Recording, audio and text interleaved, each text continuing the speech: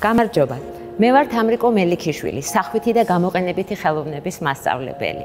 და დღევანდელი გაკვეთილი განსაზღვრულია მე-6 კლასელებისთვის. ჩვენ ახლა ვიმყოფებით საქართველოს დიმიტრი შევარდნაძის სახელობის ეროვნულ გალერეაში. ჩვენი დღევანდელი გაკვეთილის თემა კოლაჟია.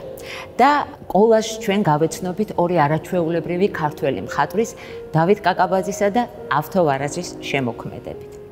დავით კაკაბაძე ძალიან საინტერესო მოვლენა იყო ქართულ სახვით ხელოვნებაში. ის იყო საოცრად მრავალფეროვანი, სიახლისთვის მზად მყოფი ადამიანი. ბავშვობიდან ხატავდა. დაბადებულა იმერეთის ერთ-ერთ ძალიან ლამაზ სოფელში, დიდ ქუხში. და ქუთაისში წასულა სასწავლებლად. აი ქუთაისის გიმნაზიის დაასრულების შემდეგ მან გადაწყვიტა სწავლა გაეგრძელებინა პეტერბურგში. უნდა სამხატვრო აკადემიაში ჩაბარება, მაგრამ სამწუხაროდ იმდროინდელმა სამხატვრო აკადემიის კომისიამ, კოლეგიამ გადაწყვიტა, რომ დავითი სათანადოდ არ იყო მომზადებული. და დავითმა, რომელიც გატაცებული იყო მეცნიერებით, ჩააბარა უნივერსიტეტში ფიზიკა-მათემატიკურ ფაკულტეტზე.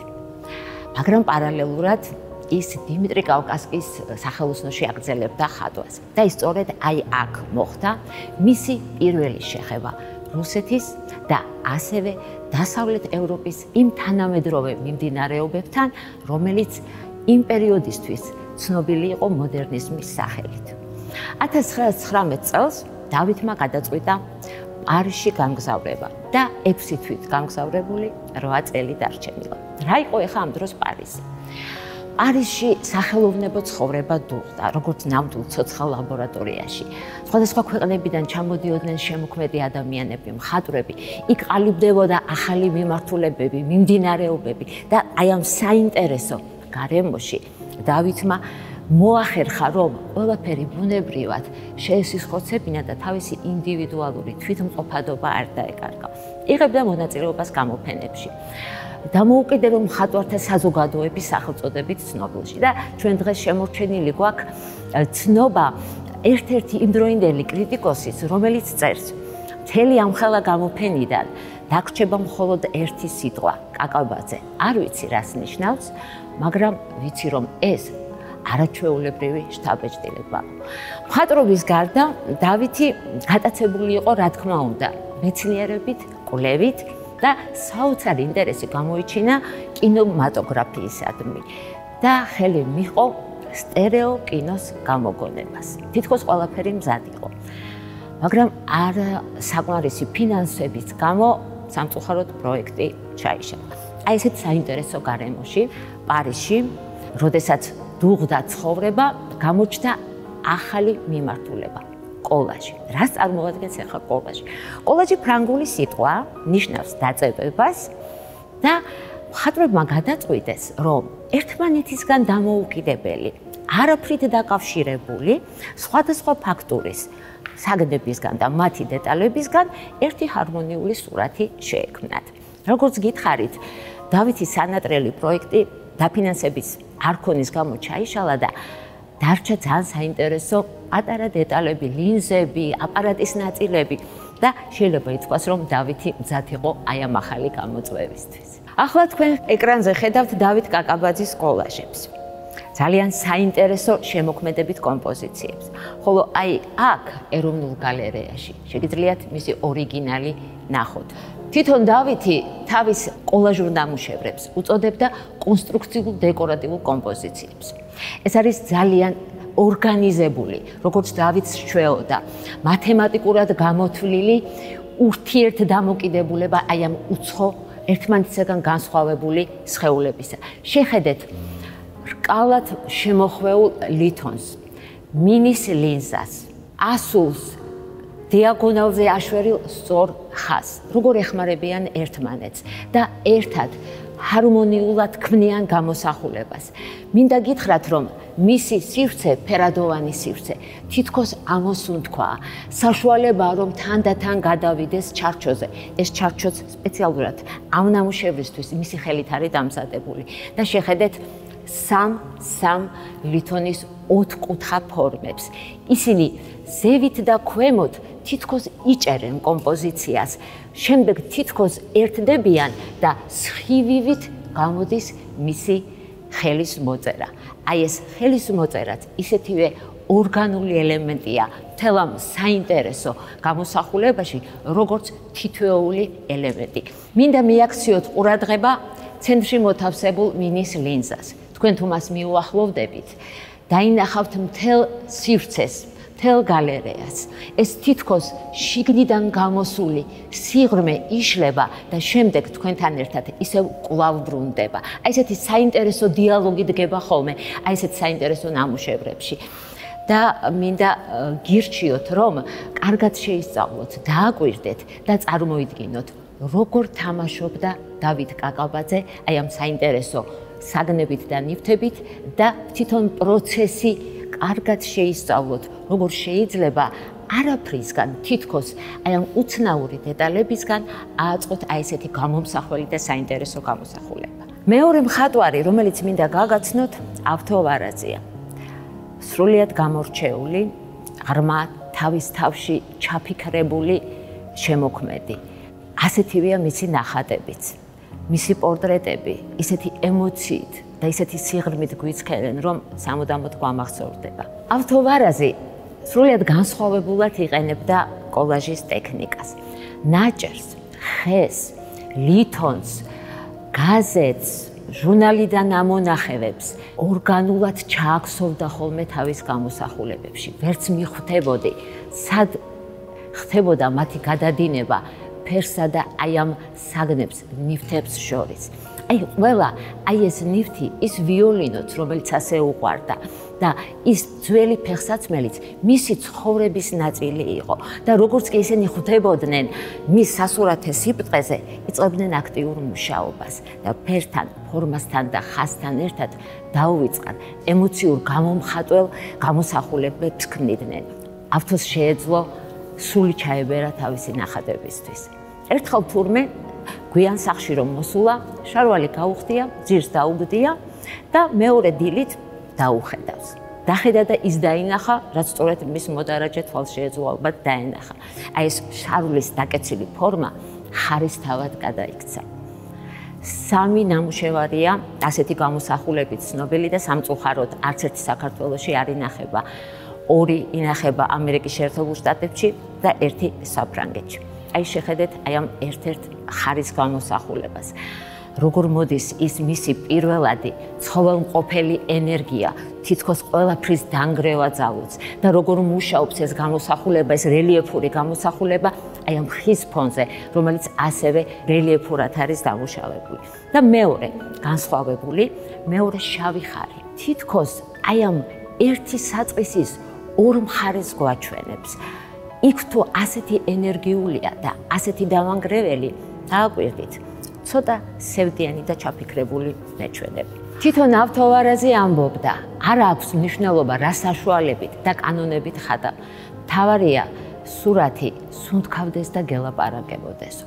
სამწუხაროდ ისე განვლო თავისი ცხოვრება, რომ პერსონალური გამოფენა არ ჰქონია. მე ვფიქრობ მაინც, რომ ეს მიზეზი გამოწვეული იყო მისი საკუთარი თავის მიმართ დამოკიდებულებით, მომთხოვნელობით. თვითონ ამბობდა, რომ ატარაობისას ბევრი ფერადი ფანქრებით დახატული ნახატებიდან ერთი ამოვარჩიე და სტუმრების მოლოდინში კედელზე დავკიდეო. სტუმრები მოვიდნენ, წავიდნენ და ჩემი ნახატი ვერ შეამჩნიესო. ეჭვი შემეპარა, ვიფიქრე, ეგ არ უნდა ვხატო და არ გამომდისო. და ახლა, როდესაც 45 წლის შევიქმენიო, ახლაც ვფიქრობ, რასაც ვაკეთებ, ჭეშმარიტია თუ არაო. 1977 წელს ავთო ვარაზი გარდაიცვალა და იმავე წელს ნიუ-იორკის თანამედროვე ხელოვნების გალერეამ მისი პერსონალური გამოფენა მოაწყო. თამამად შეგვიძლია ვთქვათ, რომ ავთო ვარაზი ჭეშმარიტი ხელოვანი იყო. დღეს ჩვენ ვისაუბრეთ ძალიან საინტერესო ტექნიკაზე, მიმართულებაზე, კოლაჟზე. ორი ქართველი მხატვრის, დავით კაკაბაძისა და ავთო ვარაზის შემოქმედების განხილვით. და მინდა გირჩიოთ, რომ კარგად დააკვირდეთ და გახსნილები იყოთ ყოველი ახალი მიმდინარეობისადმი, რომელსაც აი ესე უხვად გვთავაზობს თანამედროვე ხელოვნება. ახლა კი დაუბრუნდეთ სტუდიაში და ჩვენ თვითონ მოვსინჯოთ და შევქმნათ საინტერესო კოლაჟი. დავბრუნდით სტუდიაში ეროვნული გალერეიდან და მე შევეცდები სხვადასხვა ფაქტურის, ფერის და განსხვავებული ნივთების საშუალებით კოლაჟი ავაწყო. მე მოვიტანე ესეთი საინტერესო ქანდაკების ამობეჭდილი სურათი. ეს არის 30,000 წლის წინანდელი პირველყოფილი ადამიანის მიერ გაკეთებული დიდი დედა, დედის სიმბოლო, რომელსაც ვილენდორფის ვენერასაც უწოდებენ. მე ძალიან მომწონს და მიყვარს ეს ქანდაკება და მოვიტანე ასევე ხის დაფის, თხელი დაფის ამონაჭრებით აი ესეთი ჩარჩო გაკეთებული. აი ამ დაფაზე მე სახში ვდებდი ხოლმე ფურცელს, ვხატავდი და რაღაც საინტერესო ფაქტურა და ფერი მიიღო. ამიტომ გადავწყვიტე რომ გამოვიყენო დღევანდელი კოლაჟისთვის.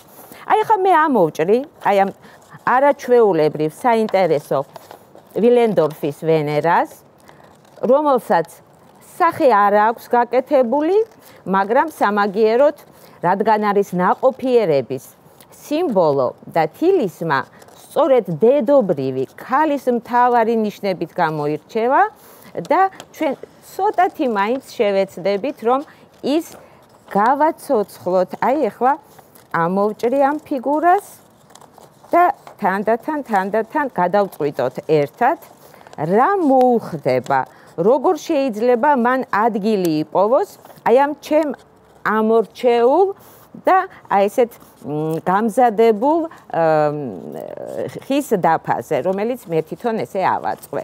იცით, მომეწონა ძალიან აი ეს შხეფები, რომელიც სახში მუშაობისას მიიღო თვითონ აი ამ დაფამ და გადავწყვიტე რომ აი ამ ძველ გამოქვაბულების ყოფას ძალიან მოუხდებოდა.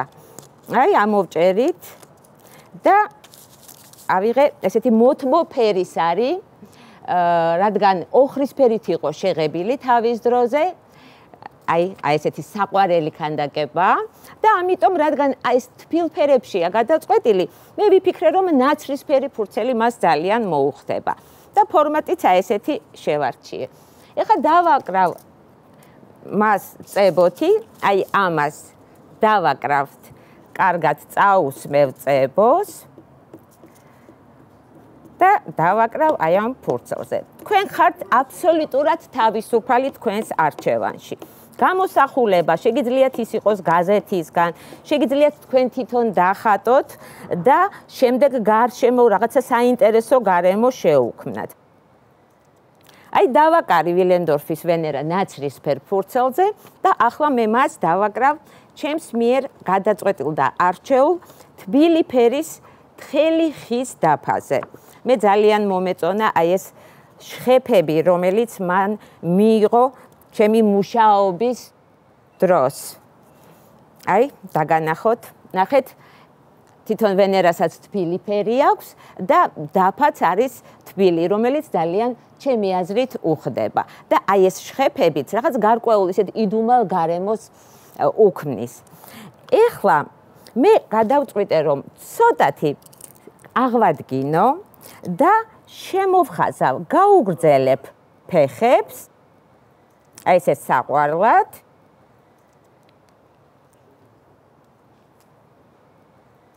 აი მე შემოვხაზე, ასე ვთქვათ, განვაახლე, აღვადგინე ვილენდორფის ვენერა და ახლა მინდა რომ გამთლიანდეს, ის არ იყოს გამჭვირვალე. ამიტომ მე მაქვს აი ესეთი საინტერესო მარკერი, ოქროსფერი, რომელიცაც შევავსებ მის ფეხებს და ვფიქრობ რომ ის უფრო თლიანი გამოჩნდება.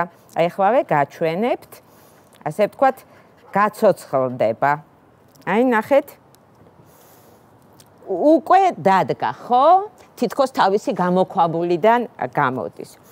ახლა მე ვფიქრობ, რომ მას ძალიან მოუხდება, რადგან ეს ის დროა, როდესაც გარშემო გარეული ცხოველები დაქროდნენ და ადამიანები სწორედ ამ ბეწვით იმოსებოდნენ, ბეწვის ქუდი გაუკეთოთ. აი ესეთი ბეწვი წამოვიღე და ნახოთ აბა როგორ მოუხდება ჩვენს ვენერას, დაათბობს. ნახეთ, რა საყვარელი გახდა. აი ეხლა მე კიდევ შემიძლია რაღაცა სიცოცხლის ელემენტები შევიტანო, თუნდაც აი ქვემოთ რაღაცა ესეთი ბალახებივით გაუკეთო. აი ესე. და მე მგონი ძალიან მოუხდება აი ესეთი გამხმარი პატარა საინტერესო ტოტები მაქვს და ფერში ვფიქრობ ძალიან მოუხდება აი ესე რომ დავაკრა. მე მგონი დამეთანხმებით, ხო? და პატარა მეორეც. მეორე მხარეს.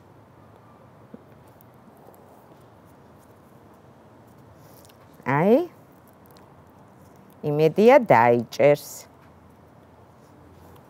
აი ესეთი საყვარელი ვილენდორფის ვენერა გამოგვივიდა. თქვენ შემდგომ შეგიძლიათ მისცეთ მათ პატარა აქცენტები, თქვენ როგორც მოგესურვებათ, ხო? იმიტომ რომ მას ხელები აქვს დადებული, აი ესე.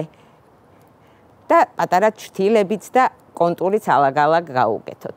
მე მგონი საკმარისია, არ მოუხდება მის აი ესეთ ძველ სხეულს ზედმეტი რაღაცეები და გისურვებთ რომ იაზროვნოთ, იფიქროთ და ნებისმიერი საგნის დეტალისგან, სხვადასხვა ფაქტურის ნივთებისგან აწყოთ საინტერესო გამოსახულებები. მე კი გემშვიდობებით შემდეგ შეხვედრამდე.